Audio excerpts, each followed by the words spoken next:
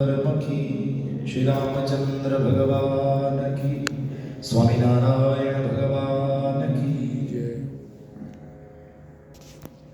दिव्य पावन અને પવિત્ર હવેલીની અંદર વિરાજમાન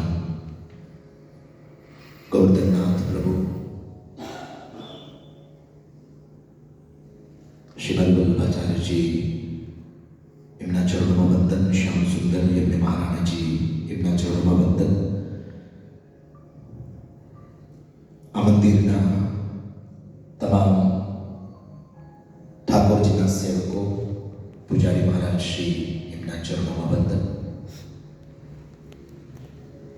મારી સાથે પધારે પરમ ભક્તરાજ શ્રી સ્વામિનારાયણ મંદિર વડતાલ ધામના સેક્રેટરી પરમ ભક્તરાજ ચંદ્રેશભાઈ બાબરિયા અને આ મંદિરની અંદર ખૂબ સેવા કરી રહ્યા એવા પરમ ભગવદીયા પિંકુબેન, તેમજ અમે બ્રાહ્મણો પણ ગૌરવ લઈ શકીએ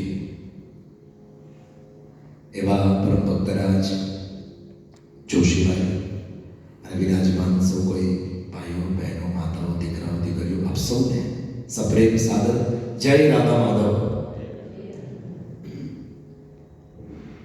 આજે વિશેષ રૂપથી શ્રી સ્વામિનારાયણ મંદિર વડતાલ ધામ ત્યાં શ્રીમદ ભાગવત સપ્તાહ જ્ઞાન યજ્ઞનું ખૂબ ભવ્ય દિવ્ય આયોજન થવા જઈ રહ્યું છે। સાથે સાથે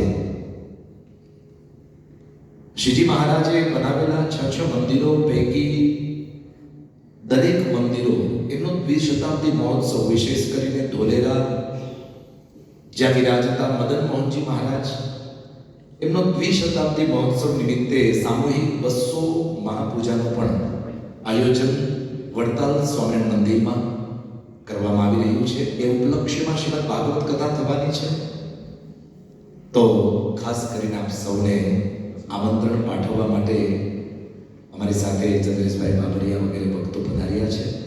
આપ સૌ સાદર આમંત્રિત છો। જરૂરથી આ ભાગવતનો જે પ્રચાર છે એ પ્રચારનું શ્રવણ કરવા માટે પધારજો। તેનેયમ વાંગમય મૂર્તિ પ્રત્યક્ષા વર્તતે હરે।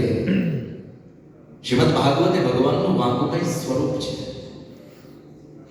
કદાચ આપણે ઠાકોરજીનો સ્પર્શ નહીં કર્યો હોય, પણ જો શ્રીમદ ભાગવતનો સ્પર્શ કરી લો તો એ ઠાકોરજીનો જ સ્પર્શ છે। આપણે ઠાકોરજીને આપણા મસ્તકની ઉપર ધારણ નહીં કર્યા હોય, પણ જો શ્રીમદ ભાગવતને હું ને તમે મસ્તકની ઉપર ધારણ કરી લઈએ તો મેં તમે ઠાકોરજીને જ આપણા મસ્તક ઉપર ધારણ કર્યા છે।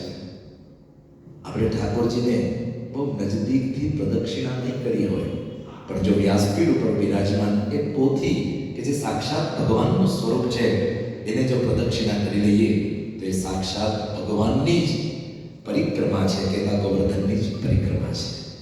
કારણ કે દ્વાદશાંગો વૈ પુરુષ, ઠાકોરજી છે એ તને ધારણ કરનારા છે। એવી જ રીતે શ્રીમદ ભાગવત છે એમાં પણ દ્વાદશ સ્કંદ છે, જ્યારે એક એક સ્કંદ એક એક અંગનું પ્રતિનિધિત્વ કરતા હોય એમ આ ભાગવત ભગવાનનું જ છે।